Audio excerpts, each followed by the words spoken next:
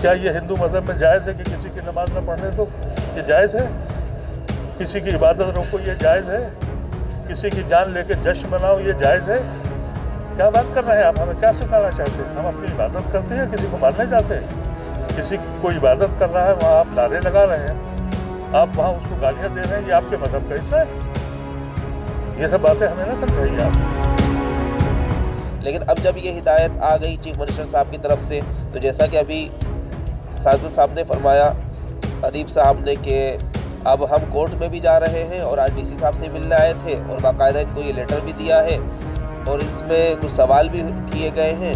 तो अब जिम्मेदारी बनती है सरकार की, जहाँ चीफ मिनिस्टर साहब ने ये बात रखी है कि खुले में नमाज ना हो, वहाँ पर उन्होंने ये भी कहा है कि कुछ नई जगह आपसी सहमति से अगर हो जाए तो बहुत अच्छी बात है। तो हम यही जानने आए थे कि वो नई जगह कहाँ है। साइबर सिटी गुरुग्राम में खुले में नमाज पढ़ने को लेकर अब प्रदेश में राजनीति गरमाने लगी है। मुख्यमंत्री मनोहर लाल खट्टर के बयान के बाद अब पूर्व राज्यसभा सांसद मोहम्मद अदीब ने सीएम के बयान पर पलटवार किया है। उन्होंने कहा कि जब तक नई जगहों का चुनाव नहीं होता तब तक हम सभी 37 जगहों पर नमाज पढ़ने की इजाजत दे दी जाए। क्या कुछ कहा उन्होंने, पूरे मामले को लेकर आप वो भी सुनिए। देखिए, आज हम आए उनके पास यूँ थे कि मुख्यमंत्री ने ये कहा कि सारी जगह जो अब तक हमारे पास थी सब हम विड्रॉ कर रहे हैं और नई जगह हम आपको देंगे। हम उनसे कहने ये आए थे कि जो आपने विड्रॉ की है और नई जगह देने की बात की है वो कौन सी जगह है, और हमको पहले से इत्तला की जाए। तो डीसी साहब तो है नहीं, मिले नहीं, उनको हम ये चिट्ठी रिसीव कराए हैं, लेकिन डिप्टी कमिश्नर पुलिस जो इस एरिया के हैं उनसे बात हुई, उन्होंने कहा अभी तय नहीं हुआ है। और हम लोगों ने उनसे ये कहा कि आप हमने 3 कंप्लेंट की थी, उस पर आपने गिरफ्तारी भी नहीं की है और हमारे आदमी को गिरफ्तार किया। तो उन्होंने कहा कि हमने इस मसले पे नहीं गिरफ्तार किया है, कोई दूसरा मसला है। और दूसरी बात उन्होंने कही कि हम डीसी साहब से मिल के बात करेंगे। हम ये चाहते हैं इंतज़ामिया से कि कम से कम 2-3 दिन पहले, जुमे से पहले, वो हमें इत्तला करें, जिससे हमारे जो हजरात नमाज़ पढ़ाते हैं और जो नमाज़ पढ़ते हैं उनको इल्म हो जाए। और हम लोग कोर्ट में भी जा रहे हैं और हुकूमत से उम्मीद करते हैं कि वो इससे पहले कि कोर्ट फैसला करे, जमहूरियत में उनको फैसला करना चाहिए। क्योंकि हमको यहाँ अभी तक, हमने उनको इंक्वायरी में ये भी ख़त में लिखा है कि आप हमें ये बताएं कि आपने मंदिरों के लिए कितनी जगह दी है, जैनी मंदिरों के लिए कितनी जगह दी है, बौद्ध मंदिरों के लिए कितनी जगह दी है, क्रिश्चियंस के चर्च के लिए कितनी जगह दी है और दूसरे मज़ाहिब के लोगों को। और हमको अभी तक 1 इंच ज़मीन आपने नहीं दी है। और टाउन प्लानिंग के हिसाब से ये बिल्कुल मुमकिन नहीं है। जब कोई नया शहर बनता है, 113 सेक्टर बने हैं, अफसोस की बात यह है कि उसमें 1 इंच भी ज़मीन नहीं दी गई है। इस मसले को लेकर हम कोर्ट जाएंगे और जो मौजूदा जो मामलात हैं इसको बहुत ही सुकून के साथ, बग़ैर इख्तिलाफ के, हम चाहते हैं कि हल हो। और उस वक्त तक, जब तक कि हमें ज़मीन नहीं दी जाती, हमें नमाज़ पढ़ने की इजाज़त दी जाए। ये हमने उनको दरख्वास्त लगाई। क्या ये हिंदू मज़हब में जायज़ है कि किसी की नमाज न पढ़ने दो? ये जायज़ है? किसी की इबादत रोको, ये जायज़ है? किसी की जान लेके जश्न मनाओ, ये जायज़ है? क्या बात कर रहे हैं आप? हमें क्या सिखाना चाहते हैं? हम अपनी इबादत करते हैं, किसी को मारने जाते हैं? किसी की कोई इबादत कर रहा है, वहाँ आप नारे लगा रहे हैं, आप वहाँ उसको गालियाँ दे रहे हैं, ये आपके मज़हब का हिस्सा है? ये सब बातें हमें ना समझाइए आप। हम सुकून से बात करना चाह रहे हैं। अगर हम गलत कर रहे हैं, आप हमें समझा रहे हैं कि हम अपनी इबादत न करें और आप हमें रोक दें, ये आपका मज़हब सिखाता है आपको? ये जायज़ है? खुद आप नाजायज़ काम करें और दूसरों को नाजायज़ बताएं। अरे हम किसी को जाके परेशान करते हैं? हमको यहाँ की इंतज़ामिया ने इजाज़त दी थी, इसीलिए नमाज़ पढ़ने जाते थे। कोई हमने झगड़ा करके तो नहीं की उनसे।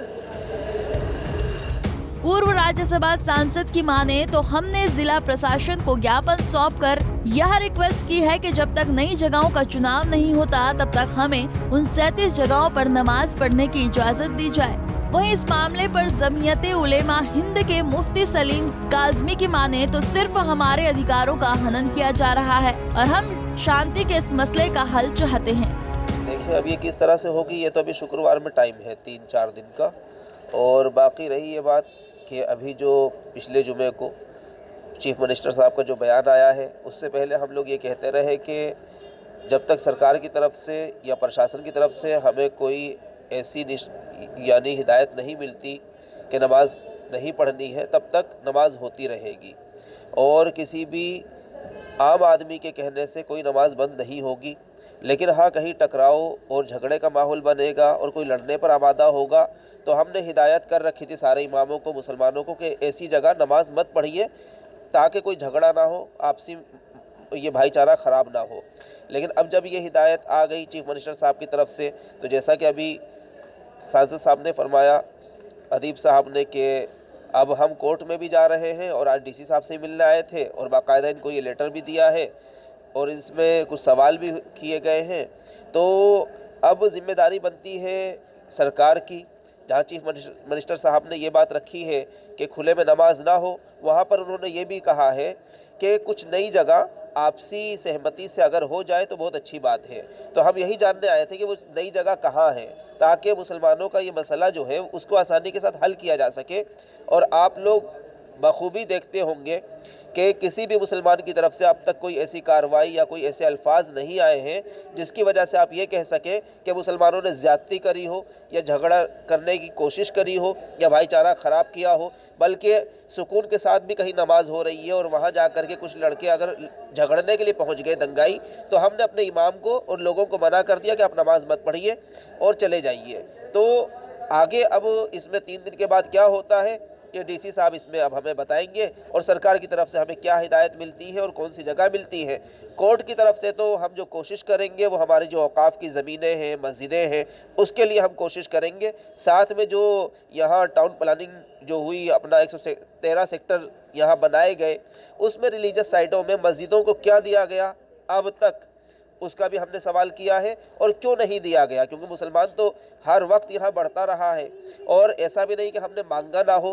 खुद हमने 8 साइटों को अप्लाई करा है जो रिजेक्ट कर दी गई। अभी पिछले महीने हमने एक कम्युनिटी सेंटर सेक्टर 38 के अंदर अप्लाई करा था, उसको भी कैंसिल कर दिया गया। 10% अमाउंट जमा हुआ था, उसके बावजूद, जबकि ऐसे वक्त में तो हमें वो जगह मिलनी चाहिए थी, कुछ तो मसला हल होता थोड़ा सा, लेकिन इतना भी हमको नहीं रखा गया हमारी बात को, और नज़रअंदाज करना ये बहुत गैर मुनासिब बात है।